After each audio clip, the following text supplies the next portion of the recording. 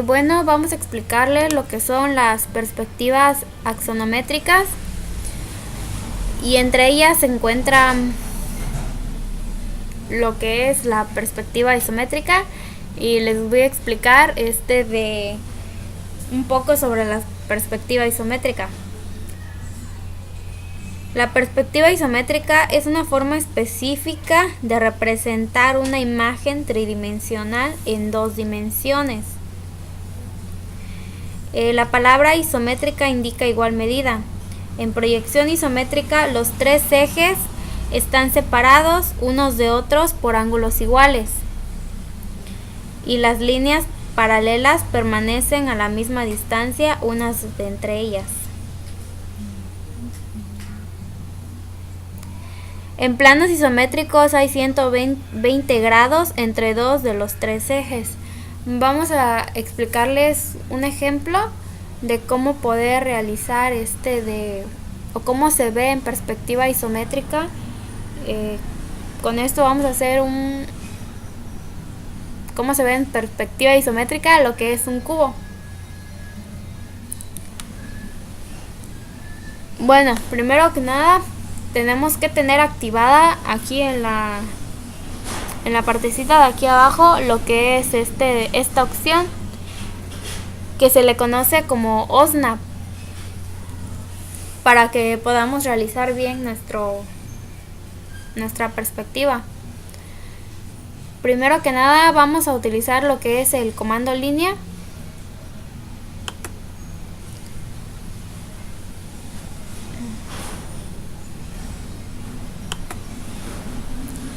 Y vamos a precisar nuestro primer punto.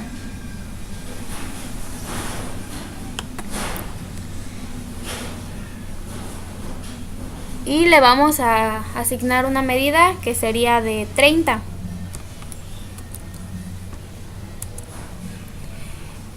Y a un ángulo de 90 grados. Eso es porque el eje Z siempre tiene que estar en un ángulo de 90.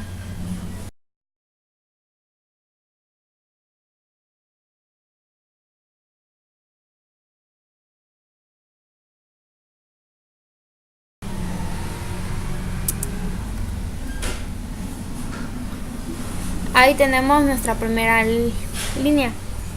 Entonces, después de eso vamos a volver a seleccionar lo que es línea otra vez para dibujar lo que es el siguiente eje.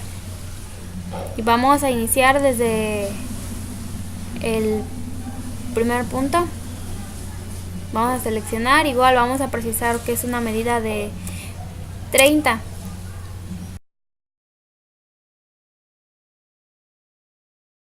Y para el ángulo tenemos que saber de que para la perspectiva isométrica siempre tiene que haber una separación de que es de 120 grados entre cada ángulo.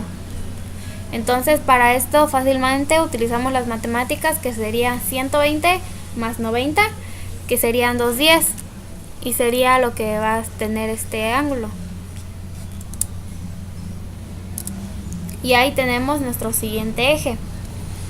Entonces para seleccionar y para dibujar el último eje vamos a hacer lo mismo. De igual forma seleccionamos en el primer punto, le damos una medida igual de 30, y en el ángulo sabemos de que tenemos un ángulo de 210, y como sabemos de que tiene que haber una distancia de 120 más 210, sumamos de que son 330 grados.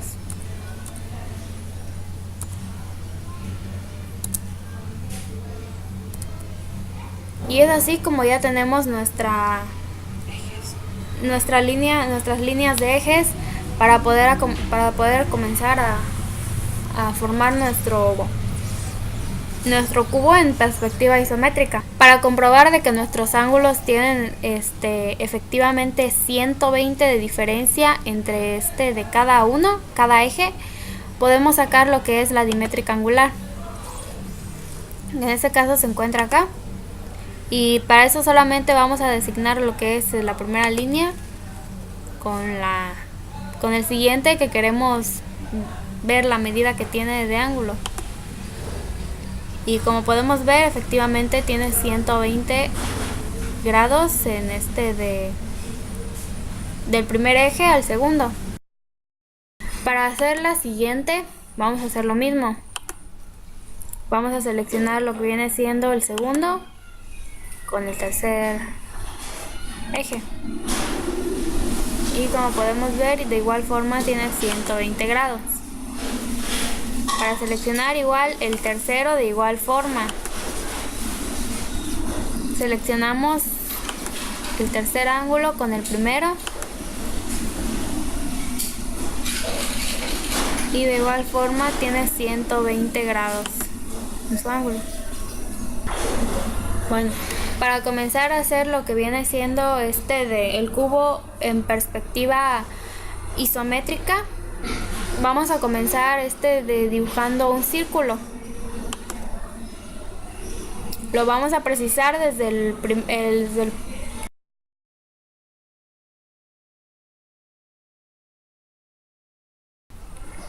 y le vamos a dar de igual forma una medida de 30. En este caso podemos seleccionar cualquier medida, podría ser de 15, de 20 o de 30, ya es dependiendo de cada uno. En este caso yo le voy a poner lo que viene siendo una medida de 20.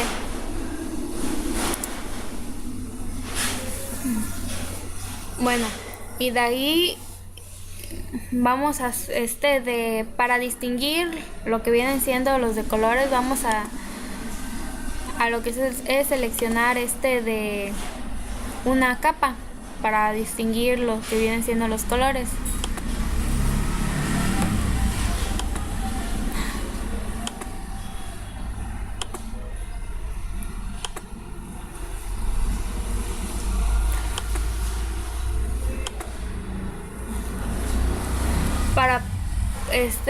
Para los que no saben cómo realizar una capa, pues nos vamos aquí a propiedades de capa.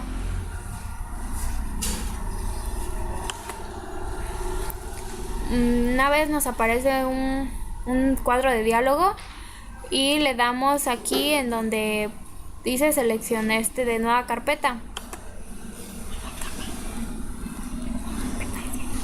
Y después de esto vamos a poner el color que nosotros queramos, por decirse así, un negro.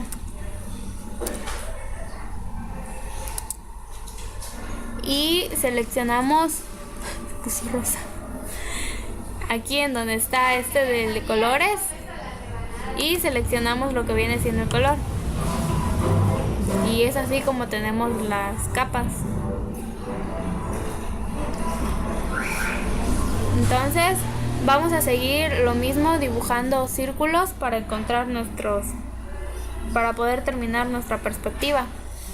Vamos a seleccionar donde viene el círculo y vamos a seleccionar lo que viene siendo donde es el punto de intersección entre de cada uno de los ejes. Y le vamos a dar la misma medida que le habíamos dado, que era de 20.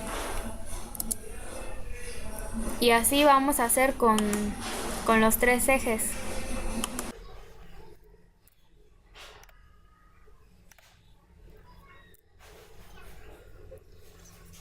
Lo que vamos a hacer es con el comando en línea vamos a a marcar los puntos, pero para esto, para que se distinga, vamos a cambiar el color.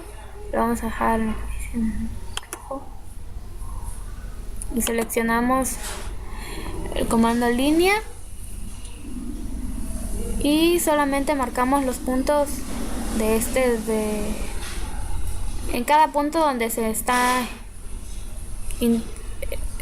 intersectó de los círculos.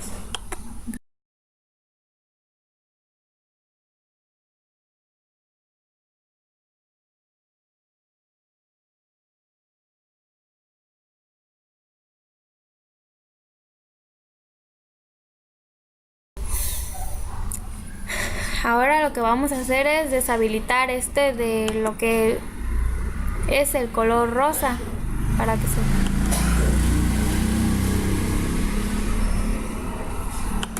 Bueno, y como ven, ya vamos formando lo que viene siendo nuestro cubo. Ahora, como ven ya, vamos a terminar lo que viene siendo nuestra perspectiva isométrica de un cubo. Lo que vamos a hacer es seleccionar de igual forma para encontrar el punto, el círculo, y vamos a de seleccionar en cada punto de las líneas que acabamos de unir. Y de igual forma a un diámetro de 20, como habíamos establecido al principio. Vamos a cambiar el color para que se distinga.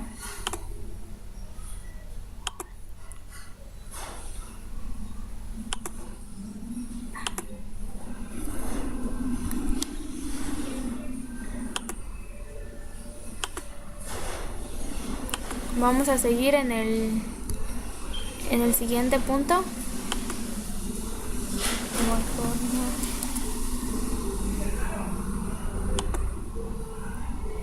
Así seguimos en el último.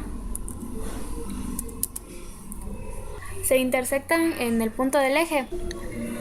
Una vez ya teniendo lo que viene siendo nuestros tres círculos, nos muestran de que en donde se intersectan viene siendo el punto de intersección de lo que es el cubo.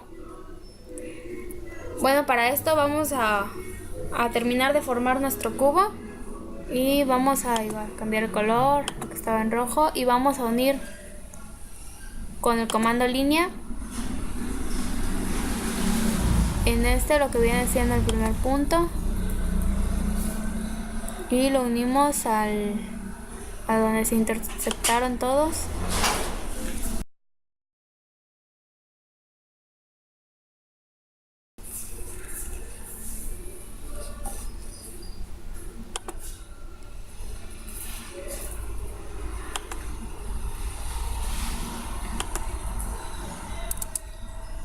Y ahora lo que vamos a hacer es deshabilitar lo que viene siendo el color verde. Y de esta forma quedaría nuestro cubo en perspectiva isométrica. Hola, mi nombre es Osmir Vázquez Ortiz y hoy les voy a hablar sobre la perspectiva caballera. Esa perspectiva pues pertenece al sistema axonométrico de representación y se basa en el dibujo del objeto en sistemas de ejes, que son tres. Por ejemplo, ese es el eje Z, Y y X. También, del eje X a la Z, su ángulo es de 90 grados. De la Z al Y, esta tiene un ángulo de 135. Y ya del Y a la X también consta de 135 grados. Esa es la forma en cómo se ve un cubo en la perspectiva axonométrica. Bueno, mi compañera ya explicó cómo se dibujan esos objetos, y pues la razón por la que lo dibujamos de esta manera es para que se tenga una mejor representación y para que lo puedan apreciar tanto sus grados. Ahora les voy a explicar lo que viene siendo la perspectiva dimétrica. Para eso vamos a hacer lo mismo que en las siguientes explicaciones, el mismo proceso. Vamos a seleccionar la línea, vamos a precisar nuestro primer punto y le vamos a seleccionar una medida de 30 con un ángulo de 90. Recordemos de que el eje Z siempre tiene que estar en un ángulo de 90 grados.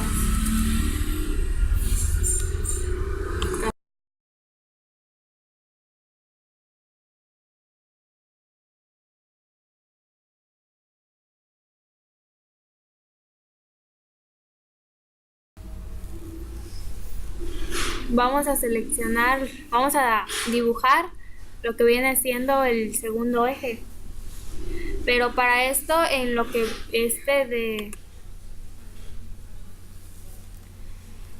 en lo que viene siendo la perspectiva dimétrica, el ángulo que se selecciona tiene que ser de diferencia entre el primer eje y el segundo eje, lo que viene siendo 100 grados. Para eso vamos a seleccionar primero lo que viene siendo la medida de 30. Y en el ángulo sabemos que el primero tiene 30 más 100 serían 190 grados.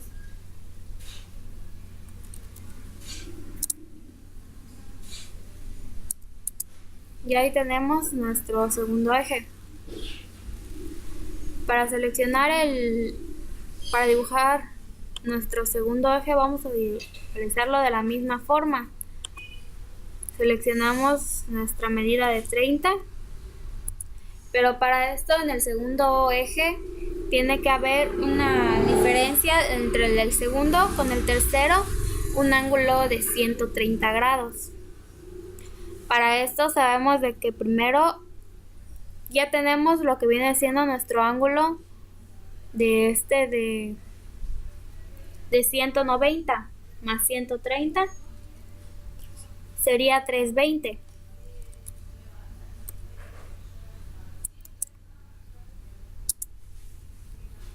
Y ya tenemos lo que viene siendo nuestros tres ejes. Para comprobar si efectivamente hay 100 de diferencia entre el primero y el segundo, vamos a lo que viene siendo, vamos a comprobarlo con lo que venía siendo la medida angular. Vamos a designar nuestro primer punto en la segunda línea de la medida en la que queremos que se vea el ángulo. Como vemos, efectivamente tiene de 100 grados de diferencia entre la primera y entre el primer y el segundo eje. Vamos a realizar de la igual forma para el segundo eje y el tercero.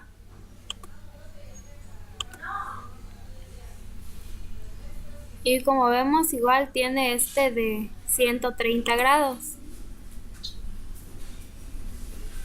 Hacemos lo mismo con el tercer eje y el primer eje.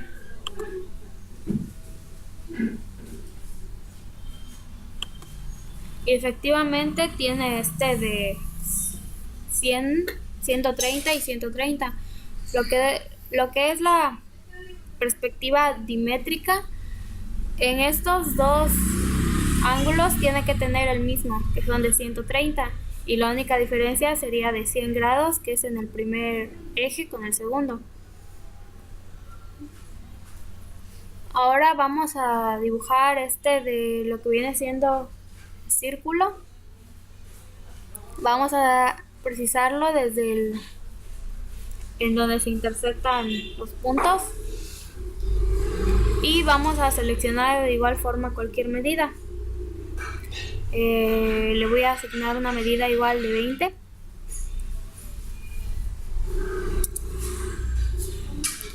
Y lo marcamos para que se distingan los colores.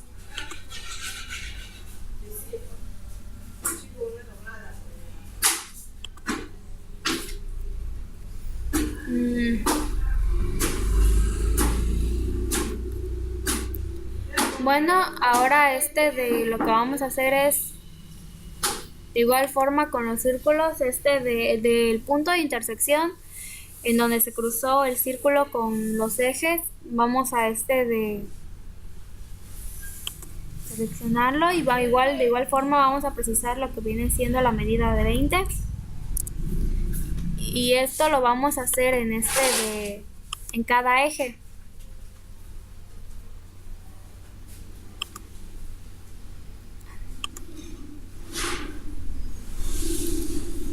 Vamos a dejar para que ya esté seleccionado. Lo vamos a hacer de igual forma en el segundo eje. Bueno, y ahora ya tenemos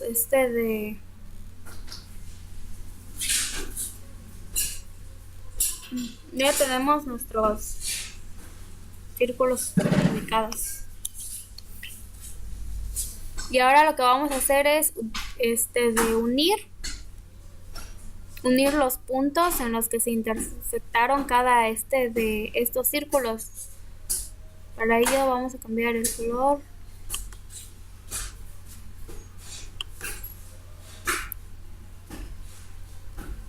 Aquí se encuentra el primer punto de intersección.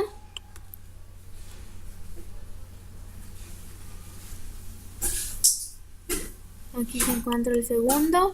Y ahora lo que vamos a hacer es deshabilitar lo que viene siendo el color rosa.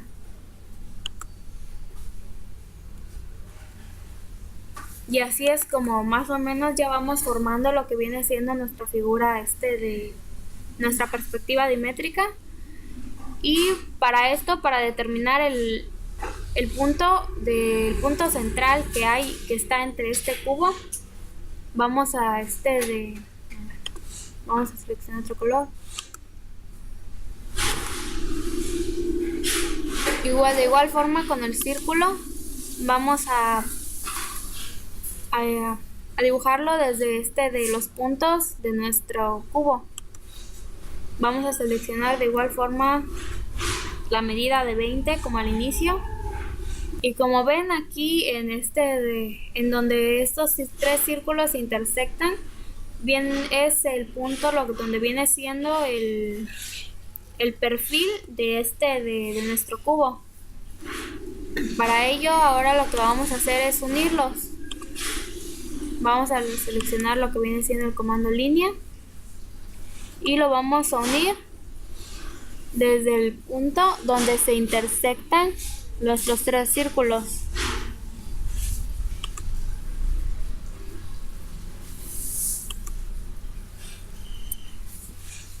Ahora lo que vamos a hacer es desactivar lo que viene siendo el color verde.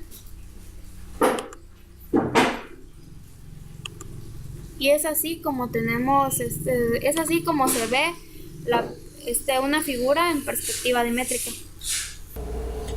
Bueno, ahora les voy a hablar sobre la perspectiva trimétrica. Esta perspectiva pertenece también al sistema axonométrico. Sirve para representar volumen en la cual el objeto tridimensional se encuentra inclinado con respecto al plano.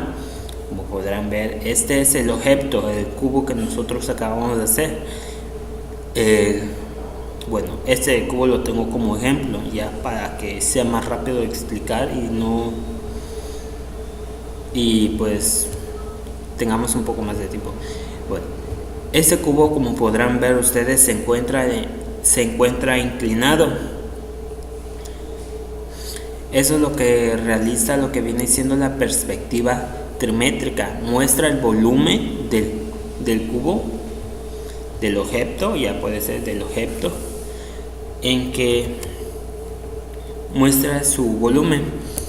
Bueno, ya en los ejes, esos ejes puede variar su ángulo con tal de mostrar cómo se vería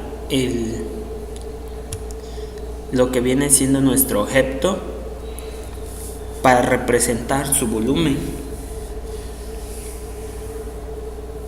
También, bueno, al momento de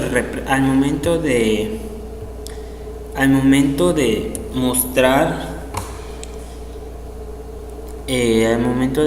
el volumen de este cubo, nuestros ejes se reducen. Los ejes tienden a reducirse de manera diferente. Tal vez esta puede ser un poco más corta y esta más larga, pero eso no cambia el hecho de que sea una tridimensional que nos pueda mostrar su volumen del objeto que nosotros estemos dibujando en el plano. Bueno, eso fue todo sobre las perspectivas.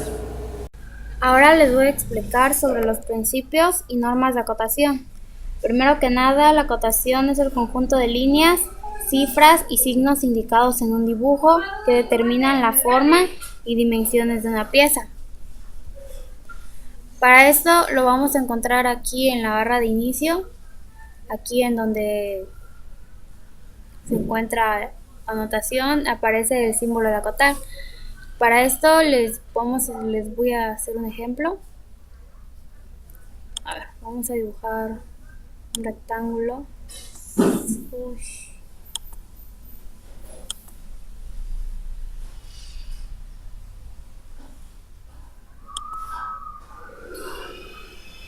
Y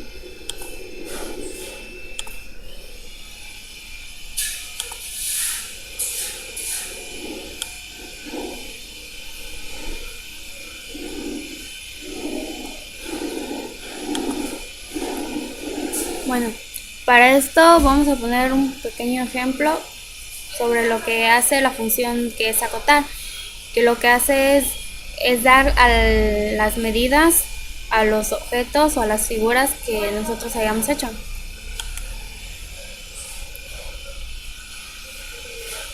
Primero que nada vamos a seleccionar, como dice aquí en la opción, seleccionar la línea para especificar el origen de las líneas de referencia. Vamos a seleccionar esa línea.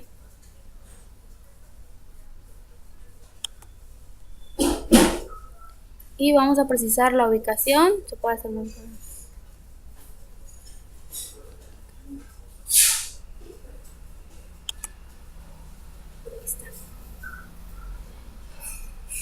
Los principios y las normas de acotación en sí lo que dicen es que no se pueden repetir las mismas,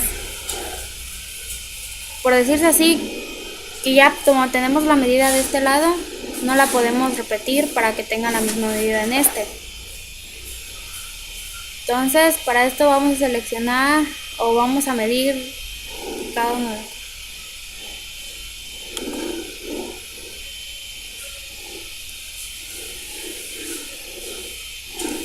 Y ahí ya determinamos la siguiente medida.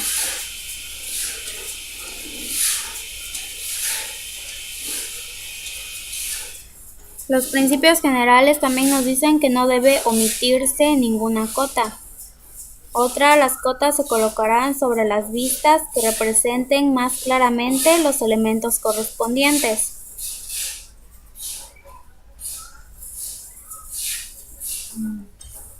Entonces vamos a determinar las demás.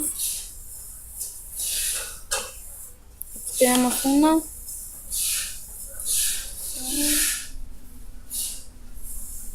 También dice de que no debe chocar con ninguna línea.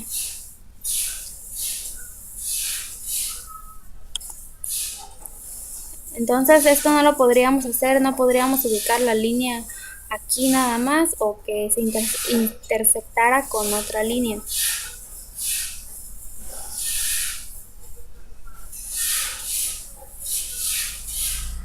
A ver, para la siguiente medida de igual forma no debe cruzarse con ninguna otra línea para que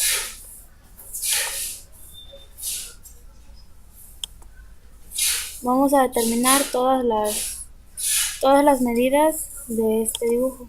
Bueno, y es así como tenemos las medidas, como también hay diferentes tipos de acotaciones, no solamente, sino que también existen angulares, dimensionales, etcétera. Pero eso ya lo veremos más adelante. Existen los tipos de lineal, alineada, angular, que son de diferentes formas que son de medida para medir los que son los ángulos, por decirse, o la radio o el diámetro de cada figura que se encuentra en. Hola, hoy les voy a hablar sobre las técnicas de dimensionamientos. Existen muchas técnicas de dimensionamientos. A ver, para empezar este pequeño tema, voy a dibujar, a utilizar como rectángulo.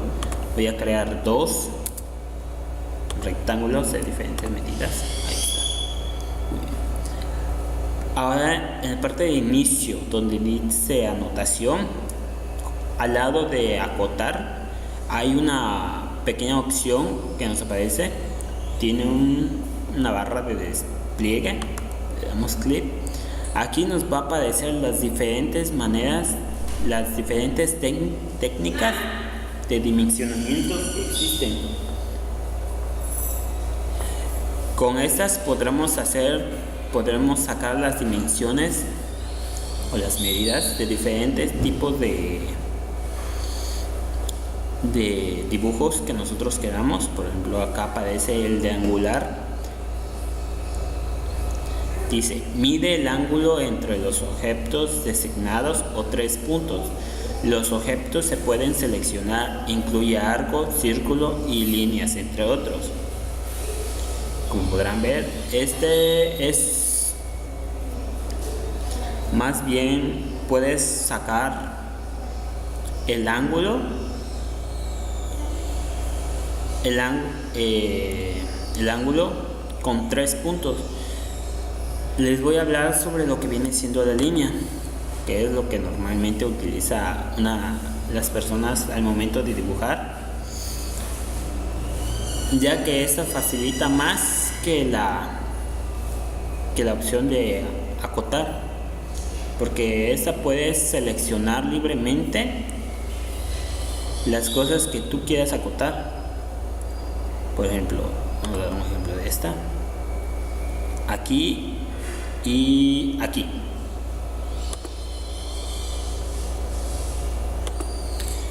Como podrán ver,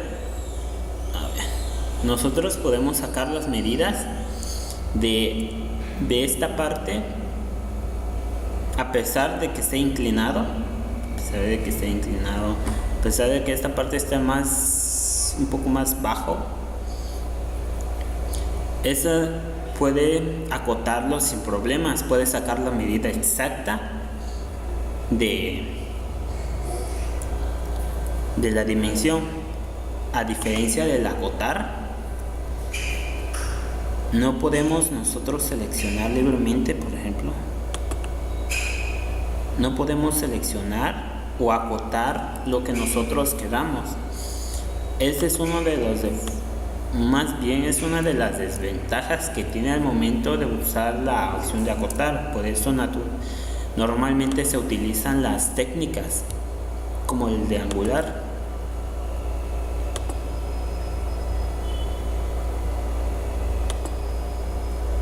Como ya podrán ver, aquí saca lo que viene siendo el ángulo, que como podrán saber es de 90 grados.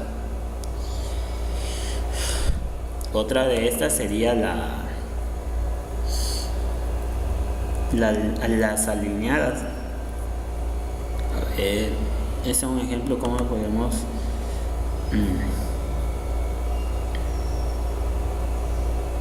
a ver, un ejemplo sería así, ¿no? Ese sería uno de los ejemplos de las alineadas.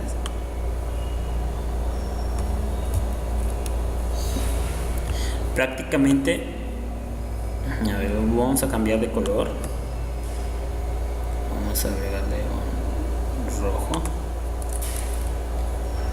Ahí está igual para no confundirlo.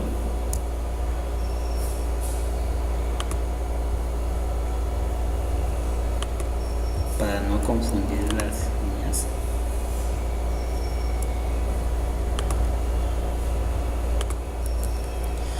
Básicamente de eso se tratan las técnicas de dimensionamientos. Pueden utilizarla, cada una tiene la manera de utilizarlas en diferentes tipos de dibujos. Las librerías son archivos con colecciones de objetos de dibujo, tales como son las plantillas, los pies de plano, los bloques, los detalles, etc. Lo que hacen las librerías es facilitar al diseñador a la hora de hacer su diseño. Aquí les vamos a mostrar que las librerías pues son descargables. Aquí lo que tenemos son estas son librerías de bloques y existen diferentes. O sea, puedes dibujar hasta lo que es desde una sala, un comedor, etcétera. O sea, para diseñarlo, y para esto solamente es seleccionar uno si queremos ya ponerlo en el formato Para ponerlo en AutoCAD, vamos a seleccionar una librería.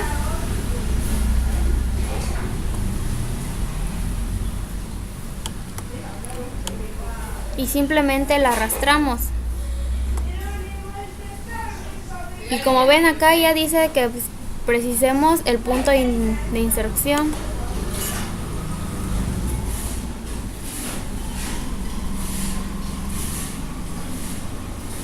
Y ya lo que podemos hacer, agrandar o poner a la posición que queramos.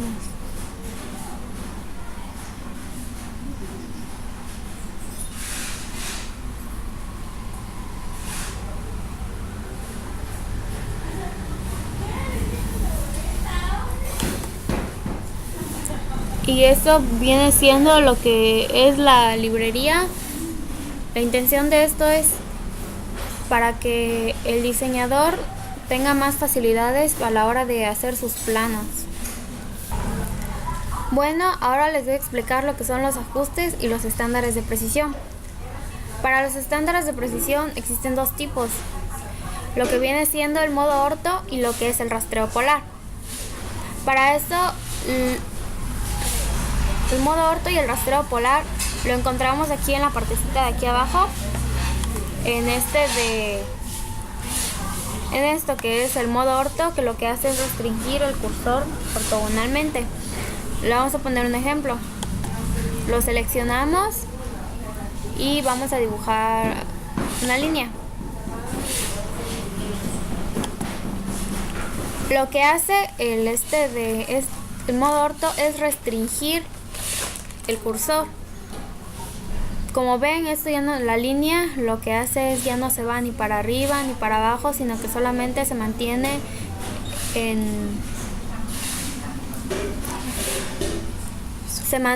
recto. Y esto se puede hacer igualmente tanto en de horizontal, vertical. Pero lo que hace es para tener más precisión en las líneas.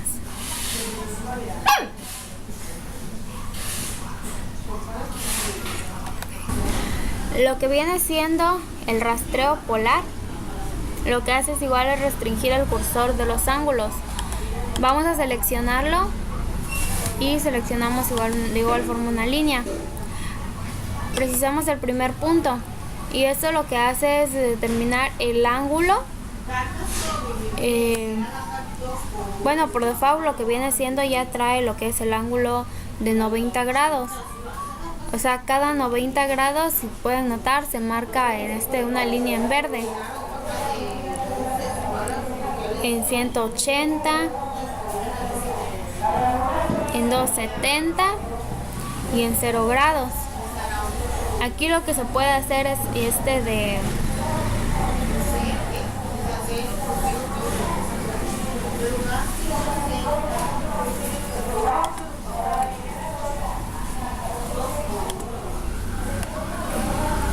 lo que se puede hacer igual es en la opción de acá.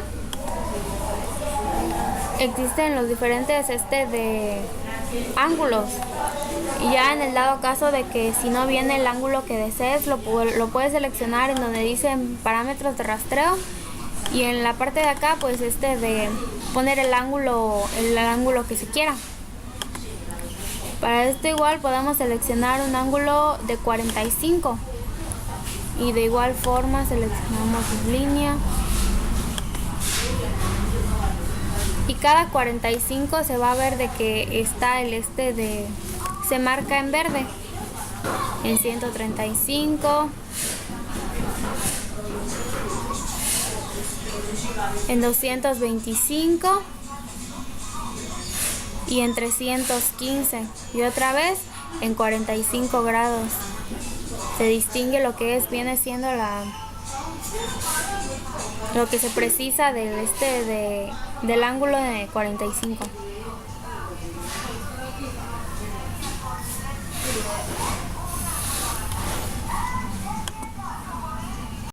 Bueno, ahora les voy a hablar sobre la tolerancia geométrica y dimensional. define la tolerancia geométrica de un elemento, de una pieza. Esta puede ser la superficie, el eje, plano de simetría o entre otras cosas, como la zona de tolerancia dentro de la cual debe estar contenido de dicho elemento. Dentro de la zona de tolerancia, el elemento puede tener cualquier forma u orientación, salvo si se da alguna indicación más restrictiva. Bueno, como ya les acabo de comentar, entonces lo que tiene que ver esto sobre la tolerancia geométrica son sobre las geometrías, así como su nombre lo dice, habla sobre las geometrías, sobre sus formas, la orientación, la localización y alabeo. Estas tienen características diferentes. Un ejemplo de ellas sería la característica de rectitud. El símbolo que se da es una línea recta en forma horizontal. Planitud, esta es un romboide. Redondez es un círculo. Cilindricidad, esta es un círculo con dos líneas al ras de cada lugar. Perfil de una línea, esta es un arco que se muestra. Perfil de una superficie, es un arco con una línea en forma horizontal sobre ella.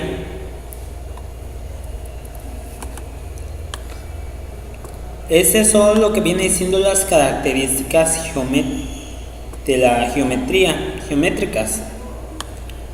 También vamos a hablar sobre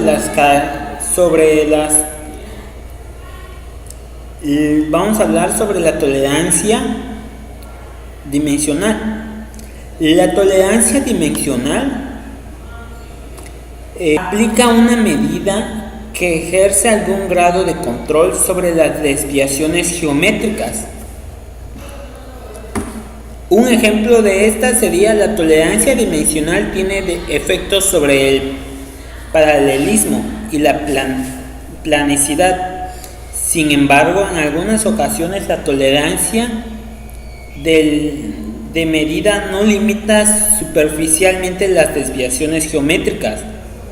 Por lo tanto, en estos casos se debería especificar expresadamente una tolerancia geométrica, teniendo prioridad sobre el control geométrico que ya lleva implícita la tolerancia dimensional. El uso de la tolerancia geométrica también puede evitar la aparición de los dibujos de observaciones tales como las superficies planas y paralelas, con la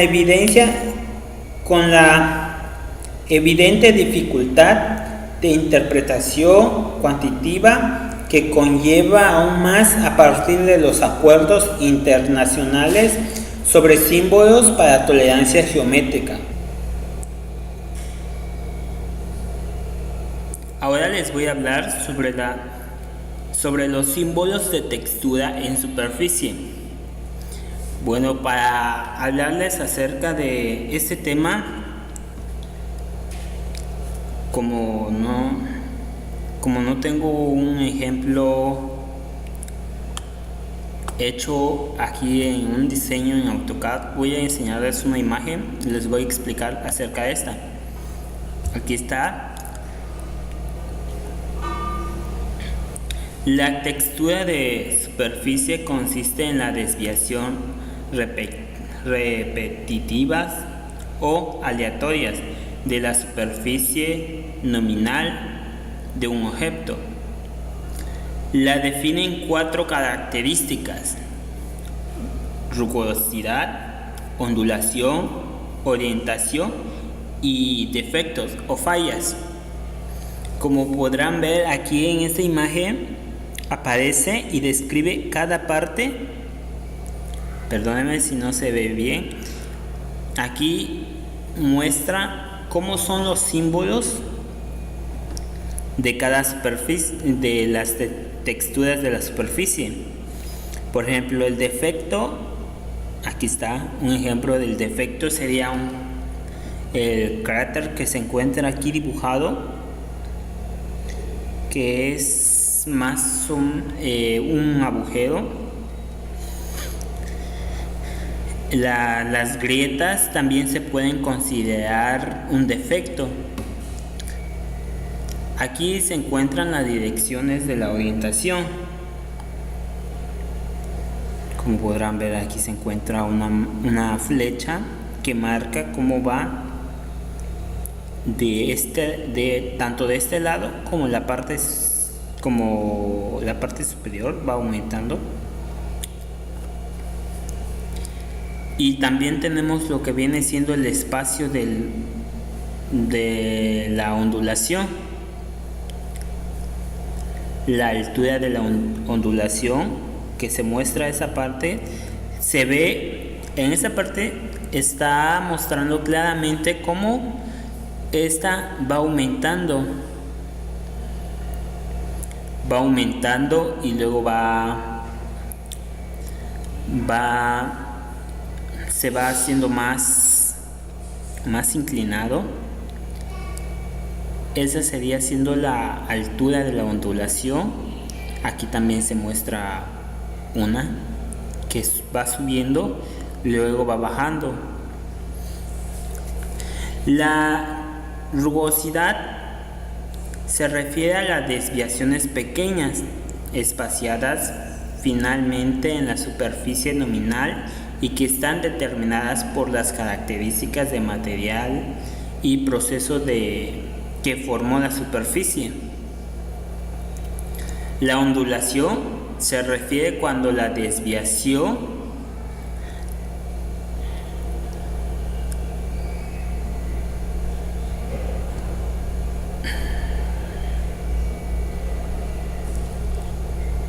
de espaciamiento mucho mayor ocurren debido a la deflexión de trabajo, vibraciones, tratamientos térmical y factores similares. La rugosidad está sobreimpuesta a la ondulación.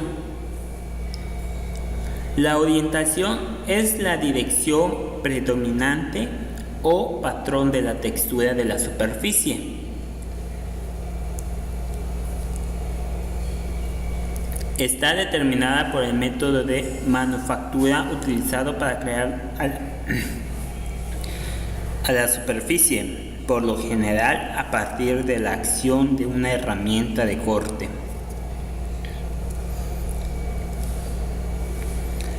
Esta parte viene siendo la rugosidad, como podrán ver, es que viene siendo el corte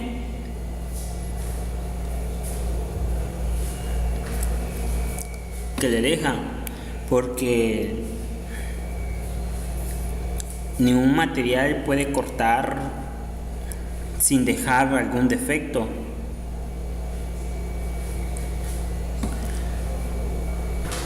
Existen simbologías que se utilizan para la indicación del estado de la superficie. En ellas están los símbolos básicos. El símbolo de mecanizado con arranque de viruta. Símbolo de mecanizado sin arranque de viruta. Símbolo para indicar características especiales.